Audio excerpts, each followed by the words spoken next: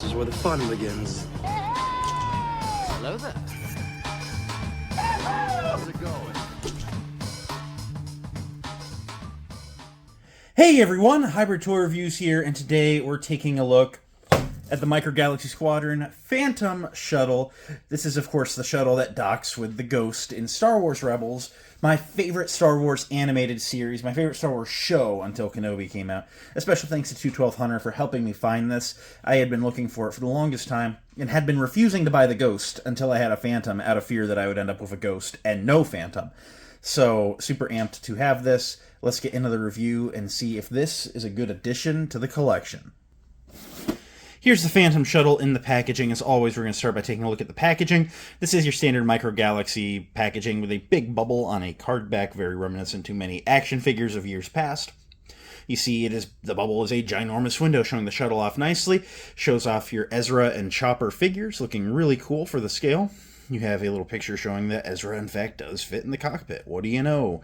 Micro Galaxy Squadron logo, Phantom Shuttle, 8+, Jazzware's little J there. You got Star Wars Rebels, number 124. You got the Star Wars logo, Star Wars logo. You have some really cool artwork in the back of the Ghost fighting TIE fighters. It's really hidden by the ships. They've always done really good art on these, and then they hide them. It's bizarre. Around back, you have a little hologram card that you can cut out if you care to. I think they really want you to, but I don't think anyone does. Some different photos of the different features that it has, and then some other ships in the wave actively looking for that Hera X-Wing chase. I guess the Kenner Luke X-Wing would be okay too. Like if I found it, I'd buy it, but looking for the Hera X-Wing chase. If any of y'all find it at a Walmart while figure hunting, pick it up, DM me, we will make it right. Barcode and legal stuff down below. Nothing up above. Very standard stuff. Let's open it up and get into the review. Here's the Phantom out of the box. As always, we're going to start by taking a look at the figures, because I consider them accessories in this line. We get a Season 1 and 2 appearance Ezra Bridger here, looking pretty good. Remember, these figures stand just a little under 1 inch tall. So remembering, and I mean, obviously you can see that he's just tiny based on my fingers. I do have big fingers, but still. It has a lot of really well-sculpted details going on here. The little armor plate on his right shin and the jacket and stuff. The lightsaber staple gun sculpted, on his hip. Even an attempt at the symbol on the back of his jacket. I mean, he's really, really well done. There's nothing really negative to be said here. The paint, maybe where the face and the hair meets, gets a little sloppy, but again, like for the size, it's alright. The arms swing forward together. They are connected with a pin through the shoulders, as all the figures in this line are. Same with the hips. You can basically get him in a seated with his hands on the controls type of position, and that works alright. Next, you guys are to stand there. We have my favorite droid in all of Star Wars. We have Chopper. And he translates into this little micro scale very well also. Remember, these figures aren't even quite an inch tall, and then Chopper stands a little over half the height of a standard person. I think that's fairly scaling correct. And he just has a lot of detail going on here. So there's some of it where it's a little fuzzy just by nature of being squashed, but he looks really good and is really well painted. He features a peg in the bottom, and that allows him to port into droid slots or anywhere that they would want a droid to stand on any of the ships if they have interiors. So that is a really, really cool feature. To show their interactiveness with the ship, let's start reviewing the ship. Bringing the Phantom in, it looks really, really good. It is a nice light gray plastic with a light wash applied in places. Looks very good. Has some yellow striping going on the tops of the body and across the nose, with a couple little red marks here and there, just to break it up a little. You see some gunmetal gray in places that are meant to be kind of like components, that aren't plated over. And of course, the 2 barrels of the blasters sticking out the front look nice. Now, in the show, the barrels actually retract in so the ship can dock with the Ghost going forward.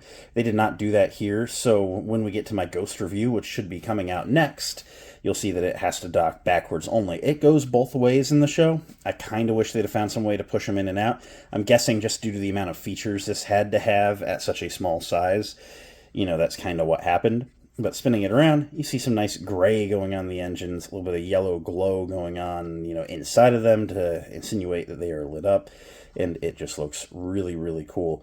to start showing some of the features, the Phantom in the show folds up for storage, and then it unfolds its wings for flight mode. So there's a couple of hinges going on in there because it has to wrap around the hexagonal shape of the ship.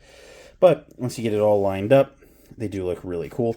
Now, if memory serves, they also had blasters on the wings that slide forward. At least the Hasbro 375 toy did back in the day. And maybe it wasn't accurate to the show, but I kind of remember that as being a prominent feature. So I feel like it might be missing here. But we've got these, and I think it's all right for something that's ultimately probably just going to get left on the back of your Ghost.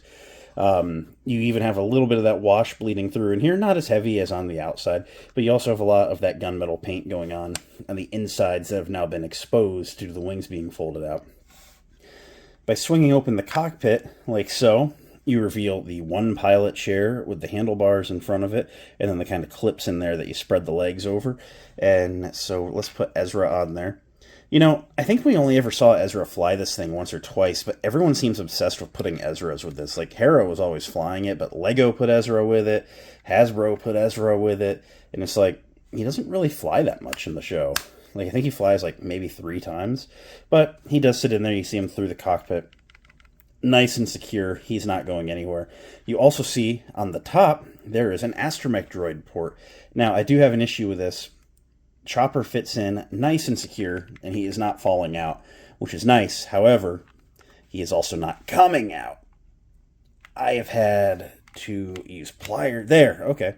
That is the first time I've gotten him out with brute strength, so maybe the peg is getting worn in a little bit. It is a very, very tight fit, and ultimately I think I'm going to leave Chopper in there anyway, but if that's not your goal, don't ram him in there too hard or have like a pair of pliers nearby. Don't use your teeth. It features a cannon here, which has a tiny bit of wobble in it. I don't think it's meant to. I think it's like glued down, and I kind of wish it was on like a swivel, you know, to actually be like a functional spinning thing like it was in the show, but it is what it is.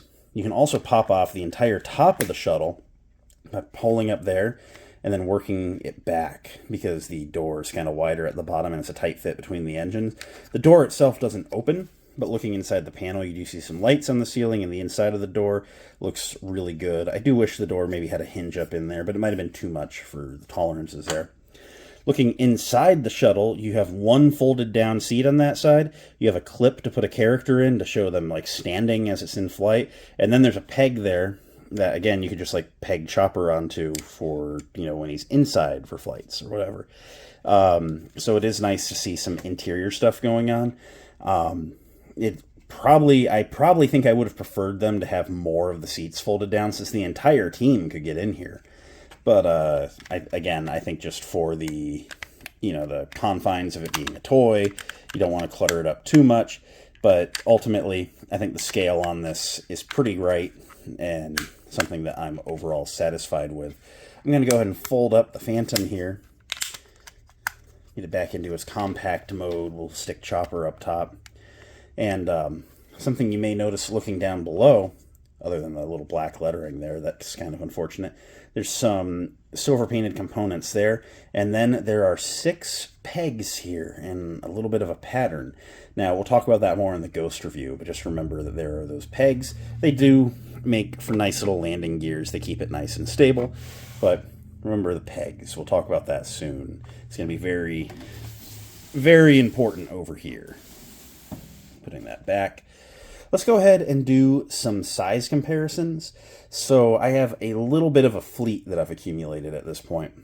So I'm just going to set it down next to an Imperial troop transport, a battle-damaged TIE fighter, which is just a TIE fighter with a little bit of battle damage on the wing, Luke Skywalker's X-Wing, an A-Wing, a Y-Wing, and a B-Wing. Here's a little bit more of an aerial view of all of them together, and I think they scale fairly nice. People have noted that Micro Galaxy Squadron isn't really in scale with itself. A lot of things don't quite match what they should. However, I think that you can kind of fudge it with a lot of this stuff, and unless it's really, really off, you won't even notice. And that's the camp I'm at, where it blends in with all the other Rebel fighters, and it doesn't look out of scale with the Imperial fighters. Because, like, the thing about the TIE fighters, even though it looks kind of big next to it, the TIE fighter itself is really just a small cockpit with a lot of wing going on. So, like, you get, like, the bodies of them side by side, and, like, it's right, you know. So, there's some really good scale going on here. I'm pretty satisfied with how all these look together. Let's go ahead and get into the wrap-up. So, at the end of the day, what do I think of the Micro Galaxy Squadron Phantom Shuttle? I am really happy with how it turned out. It's a piece that I have been wanting in this line for a little bit, and now that we have a Ghost, it is a perfect pairing, and I am just super, super excited for it. It has been recreated very well. It has all the features I could really ask it to have, especially at this scale, at this price. And I think, given the figures, it is in a pretty faithful, accurate scale, like with other vehicles and figures in the line. So I'm ultimately very satisfied with it. I recommend it, especially if you have a Ghost. And that's where I'm at. I could glaze it all day. There's nothing bad to be said here. Thank you again to 212 Hunter for helping me find this one. I was having no luck with local hunts, and then he just found it one day at Walmart. So that's how it goes sometimes. You gotta have some friends helping you on the hunt. So that's it for now. Thanks for watching. It means a lot that you did. If you liked and enjoyed, you should leave a like and comment and subscribe. All those end of YouTube video things. Check out my Discord in the description down below. I do have a Discord. It's a fun way to interact with everyone, or the social media, or the channel memberships. There's lots of ways to be interactive. So thanks again. I'll catch you next time. Until then, may the Force be with each and every one of you, and goodbye.